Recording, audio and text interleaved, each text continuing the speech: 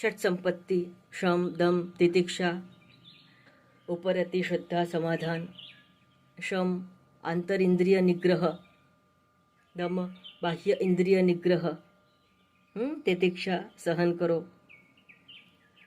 સમાધાન એક સમાધાન મેળવી લો કયું સમાધાન તો કે ભાઈ બાહ્ય જગતમાં ભોગ કરીને શાશ્વત શાંતિ કે આનંદ મળતો નથી ટેમ્પરરી જે સુખ મળે છે એના પણ જતા રહેવાનું દુઃખ થાય છે એટલે કે નિત્ય આનંદ મને જે આનંદ જોઈએ છે દરેકને એક જ વસ્તુની અભિલાષા થાય શું થાય એવરીવન એને જ્ઞાન હોય કે ન હોય બ્રહ્મ જ્ઞાન લેવું હોય કે ન હોય મુમુક્ષુ હોય કે ન હોય એક જનરલ ઈચ્છા શું હોય છે બધાની આપણા બધાની કે ભાઈ મારે સદા હંમેશા ખુશ અને આનંદમાં રહેવું છે